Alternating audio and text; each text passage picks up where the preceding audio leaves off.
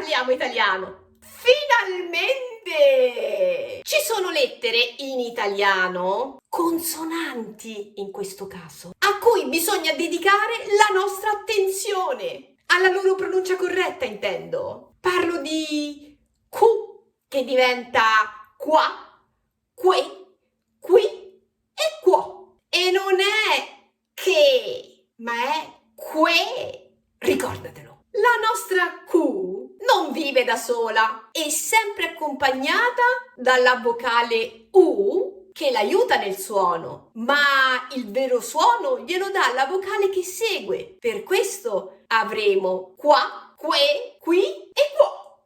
Sicuramente la nostra parola più famosa è quadro, ma non è l'unica. Abbiamo ad esempio quercia. Posso dire ci sono querce centenarie che non riusciresti neanche ad abbracciare. Oppure posso dire quaderno. Il mio quaderno è sempre in ordine. Ed ancora quadrupede, quadrupede. Il leone è un quadrupede perché cammina a 4 zampe. E poi 4 e tanti altri numeri. Ma posso dire sono arrivato quarto nella maratona della scuola.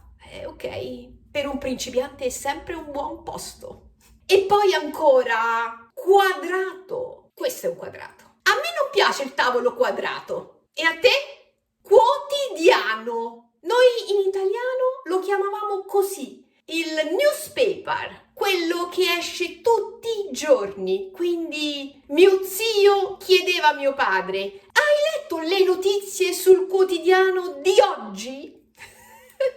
Di numeri ne abbiamo tantissimi. 14, 15, 40, 400. Questa settimana ho guadagnato $400. E no, non sono abbastanza.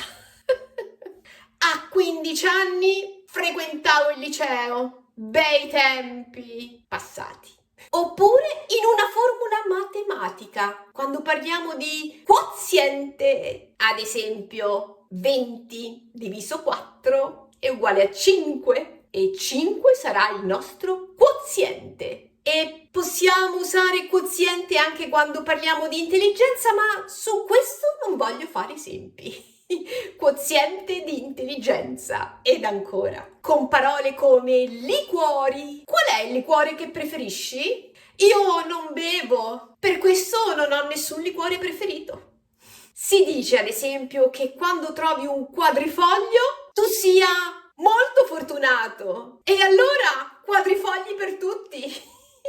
Ma come avrete sentito nel mio parlare, ci sono 2 parole molto usate nella nostra lingua italiana e sono qui e qua. Qui e qua sono avverbi di luogo. Questo significa che non cambiano mai. La differenza è piccolissima. Se voi siete tipi un po' puntigliosi, adesso ve la dico. Con 2 esempi, indicano entrambi un luogo preciso vicino a te o comunque un luogo in cui tu ti trovi. Ad esempio, sono in stazione e aspetto un treno con mia sorella e le posso dire: il treno arriva qui su questo binario. Oppure, se sono un po' più vaga e non così precisa, lo sai, il treno arriva qua alla stazione, ma la stazione è grande. Lo so, lo dobbiamo cercare, non so su quale binario. E poi i nostri aggettivi dimostrativi. Questo e quello, che però meritano un video tutto per loro.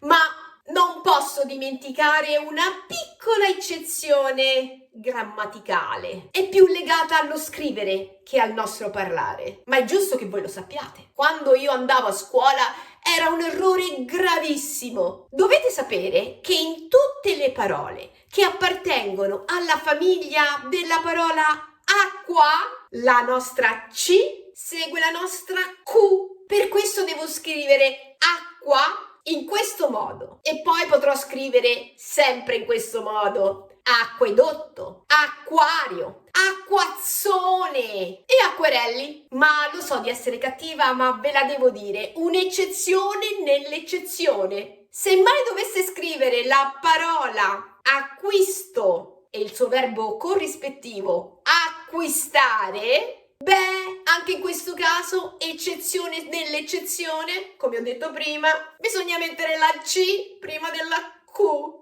Ma questa eccezione merita un esempio per farvi capire, perché viene usata solo in alcune situazioni.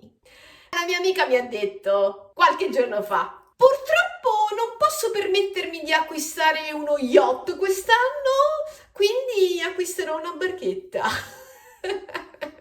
Tutto chiaro? E se siete arrivati fin qui, spero di lasciarvi con un grande sorriso e vi sfido, scrivetemi che cosa sognate di acquistare quest'anno. Grazie per tutti i like che troverò.